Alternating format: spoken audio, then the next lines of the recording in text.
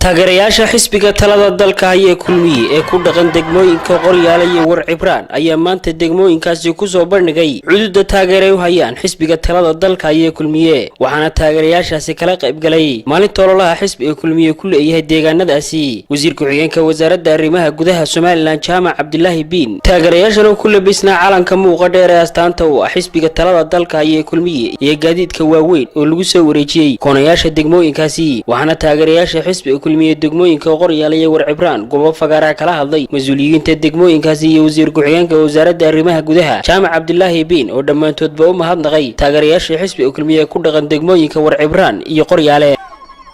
dadweynaha reer Qoryaale ee sida sharafta leh u soo dhaweeyay wasiirkooda iyo xafladoodii maalinlaha ahaydna aad iyo aad baan ugu mahadnaqaya runtii waa dad abaalciya waa dad xisbigooda ku kalsoon waa dad xisbigooda hore u dhistay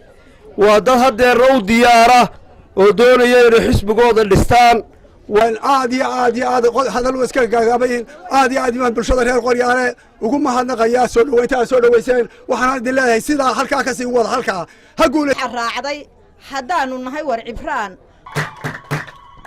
markii aanu annana abaalkayagii helay waanu ka abaal celinay wixii naloo qabtay xisbiga kulmiye waxa uu dhammaan jamhuuriyadda Soomaaliland boqolkiiba 90 dhulka Soomaaliland uu ka sameeyo horumar ballaaran degmada Qoryaale inay tahay yar iyo weyn haween iyo rag ciyaal iyo caruur cuqaal iyo culimo awdiin inay yihiin xisbiga kulmiye waa cadaan sawmaaha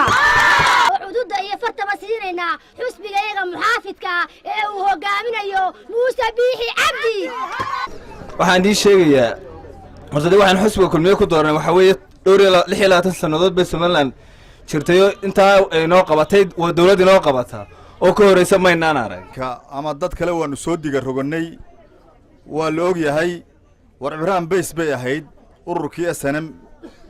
baysaskii waaweynaa ee lagaga duuli jiray cadawgii faqash ayay ahayd way iska guuleysanaya haddaynu reer Warcibraan nahay wax qabadka ugu badan ee xisbigani inoo qabtay xukuumaddiisa ayaa horta lambar aynu ku xisaabtamaynaa waxa aynu haddii ilaahay idmo inagu haddaynu reer Warcibraan nahay isku amraynaa isku ognahay waxa la yiraahdo anshaxa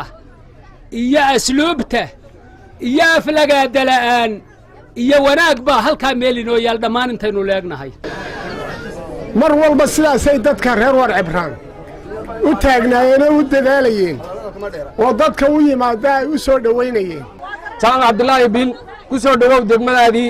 degmadaadii ku soo dhawow wasiir ku-xigeen ku soo dhawow waan kugu soo dhaweynaynaa weynaha sharafta leh ee maxay tahay degmada Qoryaale waxaan taageero siinaynaa buuxda aan u midownaa aan ku kala hadhin degmada Qoryaale ayaanu siinaynaa Muuse Biixi Cabdi namiyaydan dhiguidinku ol namiyaydan dhiguidinku ol wilkii ay tacliintiisu hayd dal Maraykan haa intuu dalkan cagaha dhigay digta qoriga suuday kulmiyowna daadihii la daabad baa tahay dahabkii xorriyadda diinta nagu maamul mucaaradkuna alla daayinayaan dayin maanta magaalada mowqifkeeda waa la sheegay anigu taasaan ku raacsanahay magaaladu waa kulmiye waxay u rigaysan tahay oo diyaar u tahay xisbiga kulmiye waxaan leeyahay maanta munaasabadii xooggiinii iyo cududiinii iyo sharaftii iyo taageeradii rasmiga ahayd ee hore u sheegteena madaxweynaha Muuse Biixi Cabdi halkaa geedka ugu ballan qaadeen habeennimada waa ka soo baxdeen Khaliil Barawraan TV-ga qaranka Soomaaliland magaalada Burco